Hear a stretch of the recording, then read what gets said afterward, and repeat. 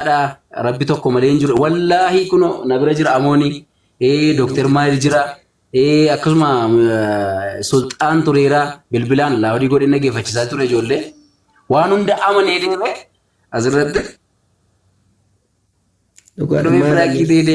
rabbi nama oolchu wallahi inni akkas jechuu yaadee an yeroo jalqabatti gaafadhe maal abdifaatu waa dhufanii waa arganne islaamummaa keessatti birree arganne sin jedhani jennaan lakki annama akkasiin amanuu mijeemi dhugaa ragaa baheetiin hin jira garuuyyuu shayxaanni qabatee jira nabbo hiriyyaa keetii addaan hin baanu jedhe halkan edanaa bulfate tari dhufun malaa iftaan dhufun malaa guyyaa rabbi isa fidu guyyaa rabbiin shayxaana isa waliin jiru san isa injifachiiseetiin haqatti deebi'u guyyaan tokko ni dhufaa yoo rabbi qajeeluma isaan dabarsinis kaa nama beekaa dhugaa inni ragaa bahe namni as jala taa'u namni 800 foyi tureef dhaggeeffataniitiin hin turanii yeroo angaafa dhugaa fi kiyya deebii naa deebisee eegasi lakkii dhugaa bareeda maafi waliifatee bahee maa baqata wayye ustaas Mama miti hin dhufa kaluu jira fagoon jiru.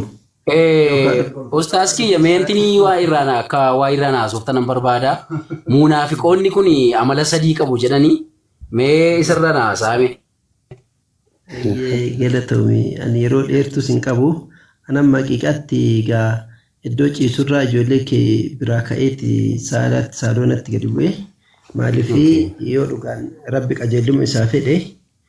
Anis sagalee kiyya ol fuudheen haasoo inni dura ijoolleen akka hin jeeqamneef jedhee sababa kanaaf egaa inni ammaaf mee haa galtuuf inuma dhufa guyyaan tokko guyyaan dhufu hin jira.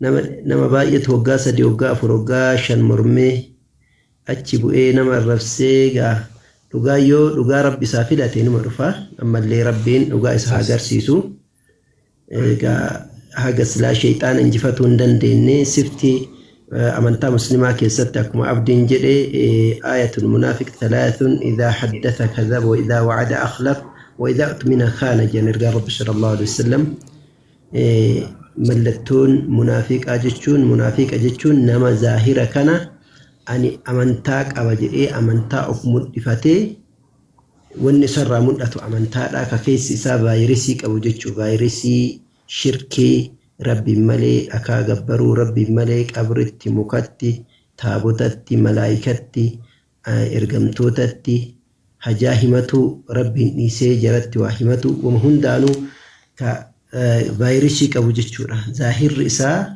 nama amane ka fakkaatu ka keessi isaa dhibee qabu mallattooleen isaanii 3 jedhanii 3 san keessaa idhaa haddatha kadhaba jedhan yeroo haasawu ni kijibaa jedhan. Mu'minni hin kijibu namni rabbitti amanu namni dhugaa qabate dhugaan wangeelaa taatu yoo wangeelaa normaalii wangeelaa Yesuus nabiyallaahi Iisaa alayhi salaam kenname kan harrafamin kan jijjiiramin kabaraan hoggaa karoora hoggaa meeqaa saniin hin jijjiiramne wangeelas namni qabate kijiba hayyamu wangeelli yoggaa tooraatis qabate namni tooraatitti amane kijiba hayyamuuf kitaabonni marrumtuu jechuudha kijiba hin hayyaman akkuma san qur'aana keessattis kijibni orkaadha rabbiin suuratul mursalaat jedha isa keessatti fawaylu yawma idhin lilmukaddibiina jedha lagni jahannam irraa taate isaaniif sabatte warra kijibuuf jedha bakka 10tti haasayi suuraa kana qofa keessatti jechuudha kanaaf kijibni hin barbaachisu makamu yoo dhugaan sii galte ol bahiitii dhugaatu tanatu naa galee jedhi yoo siif hin galiin akkuma duraanii mormadhu hanga siif galtu eenyumtuu namni amantaa qabu ka amantaaf mormu amantaan takkaanuu takka arrabsuu takkaanuu takka tuqutti hin haajamtu yoo uf arrabsi malee abbaan yoo kitaabni isaa harkaa wal dhaye kitaabni kun maaliif na harkaa wal faallessa jedhee kitaaba isaa san gaafatuu qaba malee wal arrabsuun nama arrabsuunis dansaa miti kijibni illee barbaachisaa miti kanaaf mallattoon munaafiqaa 3 keessaa yogga haasawu ni kijiba yogga beellama godhe beellama sangana jedhan beellama yoo namaan beellama godhe sa'aatii akkanaatti walitti dhufna jedhan dhufu sa'aatii san irratti hin argamu beellaman guutu jechuudha. Inni sadaffaadhaatiif ka xumuraa jechuudha. Idha utmina khaana yeroo amantee waa bira kaayyatte mistiraa haa ta'uu meeshaa maallaqa haa ta'uu yoo bira kaayyatte si gana jedhan. Natti hin kennina jedhee yookaan na biran kaayanna jedhee kiyaanaa jechuun ganuu dalaga jechuudha. Kanaaf mallattoon munaafiqaa kana sadiitti qoodamti. Munaafiqni immoo irra badaa warra jahannamiin keessatti hundetti gubatuuti. Innal munaafiqiina fi darkil asfali minan naar ja'a rabbi. Ibidda keessaa warra jalatti gubatu. Gubbatti osoo hin taane akkaan bakka oo'ituu bakka akkaan gubdutti bakka akkaan jabaattuu keessatti warra azabamu warra san irraa rabbi nu hin taasisinii rabbi irraa nu haa tiksu.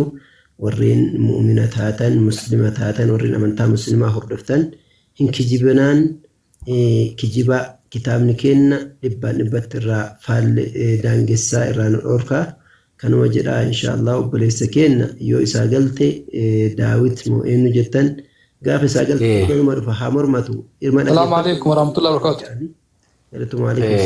Wa alaikum assalam warahmatullahi wabarakatuh. Yeroo tokko idarii mucaan kun guyyaanaa bilbilee ture obboleessi koo amoon na bira jira. Obboleessi koo tokko Sultaan Sheek Sultaan na bira jira. Akkasumallee Dr. Maher na bira jira. Deevo Daawit maaltu sii gale jedheenyaan tokkummaa rabbii naa galeera jedhee Yesuus nama ta'uun naa galeera jedhee wallaahi kun amoon na bira jira. Sagalee isaa yoo rabbi jedhe nan baasa. Akkasuma rabbii tokkichi jiraachuun naa galeera. Yesuus rabbiin akka hin taane waaqa akka hin taane naa galeera. Karaa tokkicha akka ta'e innis immoo karaa nabiyyoota akka ta'e naa galeera. Jedheetu waan hunda naanaasaa ture guyyaa. Wanti guddaan dhufee asirratti shaadaa qabachuu osoo hin taane inni guddaan dhugaa sana beekuudha. Namni asirratti shaadaa qabatee fi wanti nu dabalu hin jiru. Dhaloonni garuu dhugaa sana yoo beeke sanadha wanti guddaan isa dhugaan jedhan kunoo na bira jiru waan ta'eef sagalee kanallee riikardii isaa isinii borgadhiisuu nan danda'anii. So wanti guddaan dhugaan sun isaaf galeera dhugaa sana dubbateera tokkummaa rabbii Yesuus nama akka ta'e waaqa akka hin taane yookiin rabbiin akka hin taane dubbatee jira. Kottu gali deeva yoo jiraatti kottu sin gasha. In soba naan jedhu kottuuti yoo soba ta'e kunoo ammallee asirra jira.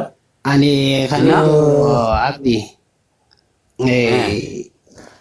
amantiin isaanii hanganuma amantii xiqqoo amantii koomodiyaanii amantii bakka piraankii ijoolleen yuutuubii ittiin maallaqa shaqqalattu tana taateetuma dhufanii amantii isaanii kana goggootimoo wallaahi xiqqeenyi amantii teessanii akka amantummaan teessamoo amantii dhugaan taane amantii xiqqoo amantii piraankii ijoollee yuutuubii irraa ittiin shaqqalattu sanuu hin geenye akka isiin taate ragaa ba'aa jirtan. Wallaahi akkas bara.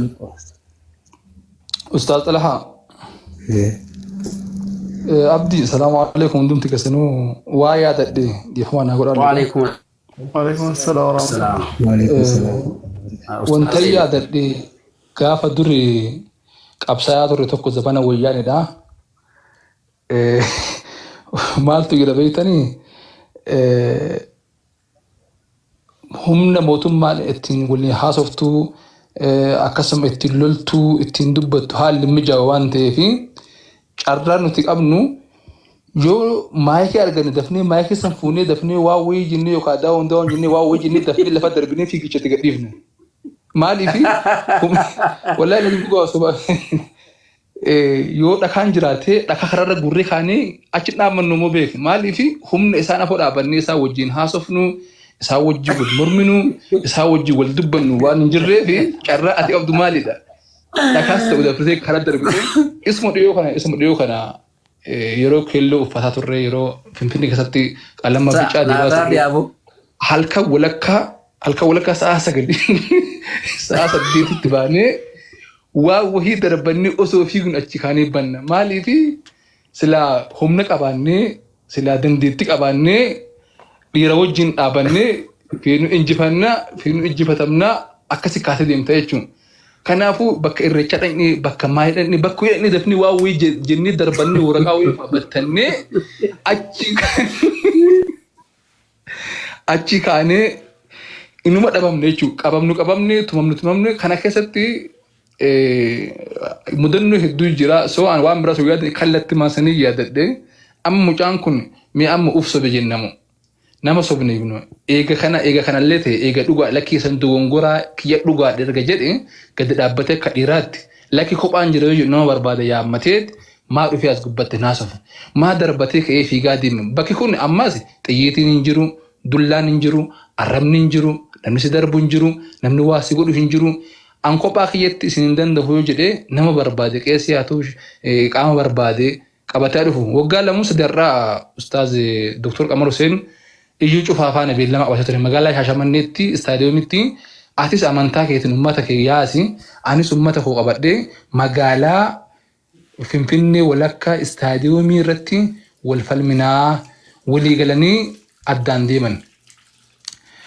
Beeksisa miidiyaa kana gubbatti godhaa baanee iyyaa baanee wallaahi qidaamee galgala jedhamaa ganama gaafa jedhu haala guyyaa buru ittiin deemnu mee wal maranne jedhee Ustaaz Qamar iyyuu cufaadhaaf bilbile. Gaafa iyyuu cufaadhaaf bilbilu silkii iyyuu cufaadhaan bilbilu meeseejii gahee layoonee guddaa wadee Addis Ababa ejjallee jedheen. Miidiyaa irrattis lafa irrattis wanni isaan as baanii haasawan tokko illee hin jiru. Carraa isaan qabanii axirii wayii axaratanii TV wayii yookaan reediyoo wayii keessatti kophatti nu akkasuma hin ta'u. Miidiyaa illee namni tokko kilaashii ni qabu hin jiru, uleen hin jiru, kabaja jira jaalala jira waan ta'eef yoo nu qaamatti lafa irratti illee barbaaddan kun ustaazawwan hedduu jira waan ta'eef nuti akkas illee beeknee illee isin mormullee baannu haala isin mijeessuu hin dandeenya. Qaama mootummaa gaafannee bakka istaadiyoomii addaraasha birrii miiliyoona tokkoon kireeffannee kallattii barbaadame haasa'uu hin danda'ama bifa tasgabbii qabuun. Garuu akkana waa darbataan deemuun kun xiqqoo amantaa keessanii vaaliyuu amantaa keessanii garmallee garantaan gadi buusa waan ta'eef maaloo yoo amantan dhugumaan dhugatti wangeelatti amanaa. Yoo fudhatta wangeela kana fudhadhaa. Baay'ee daawwaa isin gochuu qabdan ustaaza keenya hunda keessanii wanti isin dhaamu jara kana jalqaba wangeela fudhachiisaa quraanaa fi hadiisa dura. Yoo unii fi wangeelaa fi macaafa qulqulluu kana yoo fudhatanii warabbal kaabaa namni wangeela fudhate paarsentii 50 amaneera anaaf. Namni wangeela gaafa fudhatee itti amanee wangeela waa wangeelli jedhu san gaafa raawwate namni paarsentii 50 hafeera 50 hafe ammoo shahaadama jechuutu isaa hafa jechuudha. Salaam alaikum. Mashallah tabarakallah. Asirratti kanan jedhu yooniin as keessa jira. Isa wajjin giruuppii tokko irra turre giruuppii irratti wal agarruu qabna. Yooni maal jedheen ba'e gaafan ba'e giruuppii sana addaan kunne yeroo tokko akka dubbatu barbaada. Waan hundumtuu ragaadhaan dubbadha waan ta'eefani. Assalaamu alaikum warahmatullahi wabarakatuh. Assalamu warahmatullahi wabarakatuh. Yeroo hedduu waan kan rakkoon akkasii uumamuu ni danda'a. Kun immoo wallaalumarraan dhufa. Rakkoon qabu. Abdiin shaadaa jira jedheeti shaadaa nama na qabachiisi jedhee na gaafatu jira nuun jedheeti. Baanii as dhufne gareerraa jechuu anaaf inni. Akkasii xalahaan illee ni jira. Kheer inshallah amma inni kun ofuma prank of godhe ammas immoo pranki miti waa isin yaadachiisa yoo eeyyama naa kennitanii teoloojiin kiristaanaa inni sadarkaa guddaan jechuudha. Hundeen beeziin kiristaanaa keessaa damee pirootestaantii kan jedhamu kuni hundeen isaa waan akkasii kanarratti hundaa'a. Waan akkamiiti waan takka fakkeessuu fi fakkaachuu. Xalahaan kitaaba teoloojii na bira jiru tokko argee jira. Inni guddaan jechuudha. Inni guddaan waan kanaaf jira. Maal fakkeessuu fi fakkaachuudha. Kiristaanni tokko kan pirootestaantiin takka amantii pirootestaantii nama fudhachiisuu yoo barbaade naannoo islaamni itti doomineetii godhu fakkeenyaaf akka Harargee kana yoo dhaqe amma loqonnis aadaanis wal addaa beektanii naannawaa kamirraayyuu. So naannawaa kanarratti focus yeroo godhu teoloojiin inni guddaan kitaabni guddaan mujallada hedduudhaa ofirraa qaba. Kitaabni kun jechuudha maalirratti hundaa'a naannoo Harargee kana fakkaatteet akkuma warra Harargeen salaatu Harargeen salaata 5 qaba yoo ta'e 5 salaataayyuu salaattee siigalee soomanni sooman wajji soomantee ammas waan inni godhu hundumaa wajjin gootee waan islaamni godhu keessaa wanti ati hambifta Nabi Muhammad alayhi salatu wassalam isa sana qofa ganee jettee afaanii baaftee dubbachuu qofa kana qofa keessaa baasta jechuudha. I think xalaa argitee jirtan fakkaata kitaaba san waliin dubbisnee ilaalaa. Sadarkaa diploomaatti baratanii digirii sadarkaa digiriitti baratanii sadarkaa digirii kana baratta. Wallahi kitaaba akkasiitti jira. Kanaaf maaliif jarri kun akkas godhu jettanii ittiin aarinaa maaliif yoo jettan Maartiin Luuter jalqaba amantii Pirootestaantii jedhu kana yookaan guruppii kana develop gochuudhaaf jalqaba maal godhe inni kun silumaayyuu piriistii ture yookaan maali monoksee warra kaatolikii ture jara keessa taa'eeti dhokatee qabxii galmeeffatee namoota ijaaree keessa taa'ee kaatolikii fakkaatee maal godhe ummata erga ijaaree fixee booda pirootestii akka godhan godhe jechuu kanaaf amantiin pirootestaantii kun pirootestaantii waan jedhamteef pirootestii gochuudhaan waan eegaleef. Namni kun amantii kana ijaaree hin dhiifne irraa muree hin dhiifne jara kanarraa firqaa baasee hin dhiifne maal godhe gurguddoota kaatolikii Yerooppii fi Roomiin dabalatee akka isaan keessaa dhuman akka isaan ajjeefamanii badan gochuudhaan tapha guddaa kan taphate. Ammas immoo lola jaarraa 16ffaa booda intini wajjin godhamaa ture lola Osmaan jechuudha. Lola sana keessatti illeen xalayaa barreessuudhaan ulaa banuudhaan gurguddoota kaatolikii kan ficcisiisaa ture isa ture jechuudha. Achi deebi'ee ofii isaatti as deebi'ee islaamummaan immoo ajjeesaadha jedhee kitaaba guddaa tokko barreesse. Kitaaba guddaa ofii isaatti wajjin hojjetaa ture jechuudha. Islaamummaan ajjeesaadha jedhee irra barreesse jechuudha. Maaliif akkana godhe yoo jettan sababni kana godhee fi hundeen wanti ati irraa namatti himtee nama amansiiftuun hin jiru damee pirootestaantii kana keessaa. Wanti itti namatti himtee kottu gara amantii pirootestaantii jedhamu kanatti seeni jechuu ni dandeessu takka illee hin jiru. Maalinni fakkeessitee fakkaachuudhaan nama kana harkisuudhaan maal goota nama sana amantii isaa keessaa baaftee gara shubbisa keetitti deebista. Qabxiilee 90 wayii namichi kun qabatee bahe Maartiin Luuter qabatee bahe keessaa adda dureen faarfannaadha jedha. Faarfannaa shubbisa kana beektu meeshaa faarfannaa. Isinii galee dha'aniif abdiin ni beekna. Lead guitar, bass guitar, piano, drum wanti hafu hin jiru jaam kilabii keessatti jaam godhamu hundaa dacha keessa jira. Ammas immoo diimlaayitii ni beektanii. Kilabii jechuun ilmi namaa kun hafuura qulqulluutii irratti bu'ee jedhamee ilmi namaa yeroo sagalee muuziqaa kabaroo sammuun namaa kun gurri namaa kun sadarkaa itti dhageettiin isaati itti godhuu jira beektanii vaayibireet itti godhuu jira kabaroon gurra namaadha jechuudha. Gurri namaa kun hanga inni vaayibireet godhee ilmi namaa kun raafamutti irra banameeti hafuura irra bu'ee jedhee ilmi namaa kun dandeettii isaatiin olitti sagaleen itti banamuudhaan ilma namaa kana hafuura irra bu'ee waan kijibaa jira abdii keessatti dhaladhee guddadhe. Wallahi dhugumaan isin hin jedhaa jiraawwan. Dalagaan kun haala kanaan amantiin kun bal'ate ulaa isinitti dadha'uudhaan nama argitanii karaa banaa keetii fayyadamee nama sitti seenu maal jettanii sun hattuudhamoo maal jedhamasa nama ulaa karaa dadhabbii keetiin sitti seenee sitti fayyadamu fakkeenyaaf naannoo itti uummanni islaamaa itti beelaa jirutti duqeetii fuutee regta. Naannoo itti namni rakkataa jirutti huccuu sakandaandi namarraa deebi'u kana feetee dhaqxa. Sidii galee dhaqxee ulaa itti dadha'uudhaan Yesuus yaadinaal kana qofa siin jedha maalirraa yaadinaal maaliif nama yaadinaal waan jedhu yoo gaafate deebiin hin jiru huccuu san sitti darbee deema jechuudha. Kabraa'oo ammaas jinnoota wajjin warra 666 wajjin Naajeeriyaa guutuu kana wajjiniin kan dalagaa jiru eenyu jara kana maal gochuudhaan ilma namaa kanatti waa meeqa gochuudhaanii ilma namaa kana jinnootaan sochoosuudhaan of jalatti gabroomsuudhaan akka namni amantii rabbiinuma isa uumellee maaliif akka uumamellee akka hin beekne gochuudhaan ilma namaa kana joonjessuudhaan Afrikaa guutuutti taphachaa kan turan jara kana jechuudha. Hundeen kun jalqabumayyuu fakkeessuu fi fakkaachuudhaan dhufee. Sababa kanaaf yeroo isin keessa seenu Yesuus waaqa mitii yoo isin jedhe it's no big deal. Rakkoon qabu.